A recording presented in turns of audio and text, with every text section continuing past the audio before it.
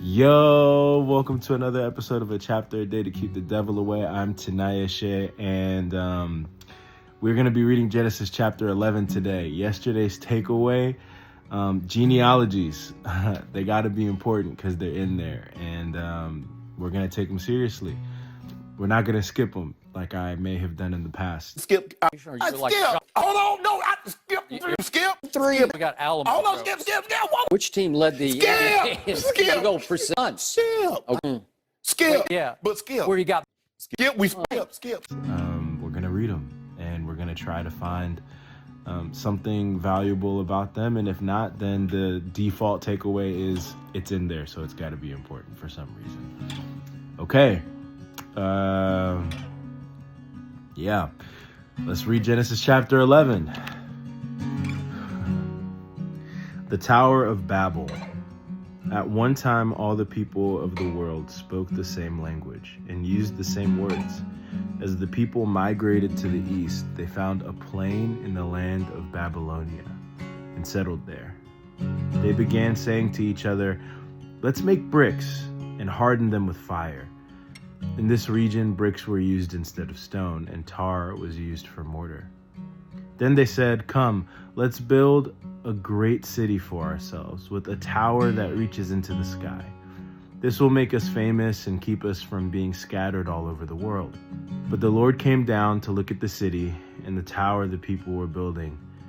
"Look," he said, "the people are united, and they all speak the same language. After this, nothing they set out to do will be impossible for them. Come, let's go down and confuse the people with different languages. Then they won't be able to understand each other." In that way, the Lord scattered them all over the world, and they stopped building the city. That is why the city was called Babel, because that is where the Lord confused the people with different languages. In this way, we scattered them all over the world. The line of descent from Shem to Abram. This is the account of Shem's family. 2 years after the great flood, when Shem was 100 years old, he became the father of Arphaxad. After the birth of Arphaxad, Shem lived another 500 years and had other sons and daughters. When Arphaxad was 35 years old, he became the father of Shelah. After the birth of Shelah, Arphaxad lived another 403 years and had other sons and daughters. When Shelah was 30 years old, he became the father of Eber. After the birth of Eber, Shelah lived another 403 years and had other sons and daughters. When Eber was 34 years old, he became the father of Peleg. After the birth of Peleg, Eber lived another 430 years and had other sons and daughters. When Peleg was 30 years old, he became the father of Reu. After the birth of Reu, Peleg lived another 209 years and had other sons and daughters. When Reu was 32 years old, he became the father of Serug. After the birth of Serug, Reu lived another 207 years and had other sons and daughters. When Serug was 30 years old, he became the father of Nahor. After the birth of Nahor, Serug lived another 200 years and had other sons and daughters. When Nahor was 29 years old, he became the father of Terah. After the birth of Terah, Nahor lived another 119 years and had other sons and daughters. After Terah was 70 years old, he became the father of Abraham, Nahor, and Haran, the family of Terah.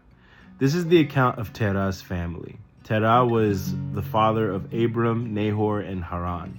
And Haran was the father of Lot. But Haran died in Ur of the Chaldeans, the land of his birth, while his father Terah was still living. Meanwhile, Abram and Nahor both married. The name of Abram's wife was Sarai, and the name of Nahor's wife was Milcah.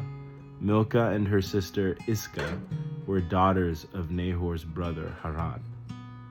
But Sarai was unable to become pregnant and had no children. One day Terah took his son Abram, his daughter-in-law Sarai, his son Abram's wife, and his grandson Lot, his son Haran's child, and moved away from Ur of the Chaldeans. He was headed for the land of Canaan, but they stopped at Haran and settled there. Terah lived for 205 years and died while still in Haran. The genealogies just, it's like I'm fighting for it. You know, it's like I'm fighting. And here's the deal. We're just learning. We're learning about, I think this is where I would say the genealogies matters, because the genealogies are leading to someone. In this case, this genealogy that we just read, I believe it was Shem's family, the descendants of Shem to Abram. This genealogy was leading to Abram, and we got some information about how he got to where he is. Genealogies are important today, as we see, because they are leading to someone. That matters later in a different way, but for right now, that someone is Abram. Okay, that's all I got for today. We read another chapter. The devil has been kept away. That's actually not why this is the title. It's just a clever, catchy name. The purpose is not to keep the devil away, because honestly, the devil be out here deviling, you know? The purpose is to abide and to try to spend time with the Lord, and to encourage you to spend time with the Lord. And obviously, the more we spend time with the Lord, I think sometimes the more resistance we get from the enemy. But the less impact I feel like he has on us, because we know where our source is, and we know where our protection is, and we know where the real power is. And so I'm doing this to encourage us and to remind myself that this is important. I might not be able to spend 2 hours every day in the Word, but I can read a chapter. I can spend time. I can listen to the Word. I can read. I can read and also utilize this as a source for content. Like, it doesn't have to be one or the other. Like, I'm trying to spend time with the Lord, and I'm inviting others to do the same thing, and trying to take something away from it. So really, it's a chapter a day to draw near to the Lord. That's really what this is.